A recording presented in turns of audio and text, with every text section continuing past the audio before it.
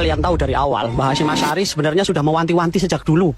Dalam risalah Muqaddimah Qonun Asasinya, beliau, Kiai Hasyim Asy'ari, menyampaikan problematika yang rasa-rasanya sekarang sudah masuk ke dalam tubuh NU sendiri. Oh ya, buat teman-teman yang NU wajib baca kitab ini.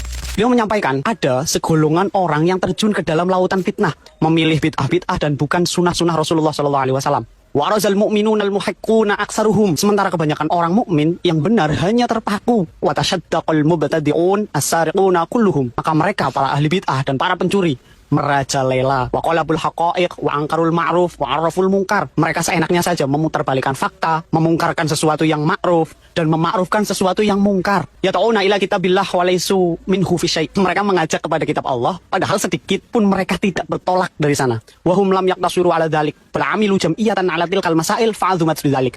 Mereka tidak berhenti sampai di situ. Malahan mereka mendirikan perkumpulan-perkumpulan, majelis bagi kegiatan mereka. Maka kesesatan pun semakin jauh. Wang tahala ilaiha man qalabat alaihi syaqwah. Orang-orang yang malang, celaka, beramai-ramai memasuki perkumpulan majelis tersebut. Begitulah kiranya yang Kiai Hasyim Asy'ari sampaikan. Beliau khawatir hingga akhirnya mengajak kaum muslimin, para ulama, kiai, habaib untuk bersatu dalam naungan organisasi Nahdlatul Ulama. Namun, kenapa justru setelah membaca ini, pikiran saya tertuju pada NU sekarang.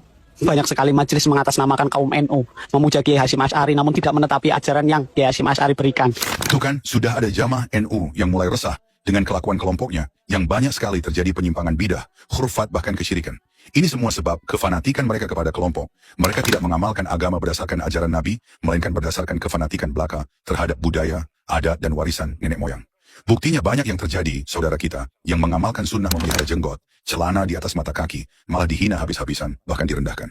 Namun mereka tidak menyadari bahwa ritual bid'ah yang sering mereka lakukan, seperti tahlilan, maulidan, salawatan konser, dan lain-lain, mereka tidak takut akan bahayanya. Miris juga kita melihat orang yang menjalankan Islam sesuai Nabi, dituduh wahabi dan dituduh sesat. Kedua, kalau ternyata seorang tidak bisa kafir atau musyrik, kata Ibnu Qayyim, maka iblis akan menjerumuskan dia dalam bid'ah. Dalam bid'ah, sebelum maksiat. Kenapa kalau bid'ah? Bid'ah itu sebenarnya maksiat sama aja. Cuma bid'ah diyakini oleh pelakunya ini kebaikan. Oleh karenanya orang kalau terjerumus dalam bid'ah susah untuk taubat karena dia merasa benar. Ya, makanya Sufyan Ats-Tsauri mengatakan al-bid'atu ahabbu ila syaitan minal ma'siyah. Bid'ah lebih disukai oleh syaitan daripada maksiat. Kenapa? Karena maksiat yutabu minha. Orang melakukan maksiat mungkin bertaubat karena dia merasa bersalah. Adapun pelaku bid'ah tidak mau bertaubat karena dia merasa tidak bersalah.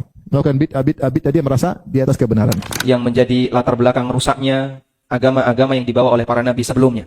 Agama yang pernah diajarkan oleh Musa alaihissalatu wassalam rusak gara-gara apa? Ditambah-tambahi. Agama yang pernah dibawa oleh Nabi Isa alaihissalatu wassalam dirusak gara-gara ditambah-tambahi.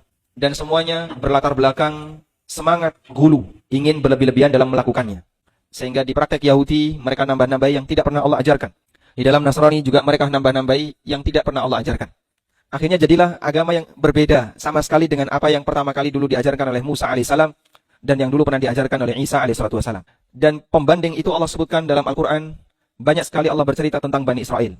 Agar menjadi pelajaran bagi kita. Contoh orang yang agamanya rusak disebabkan karena tambahan yang demikian banyak di dalamnya.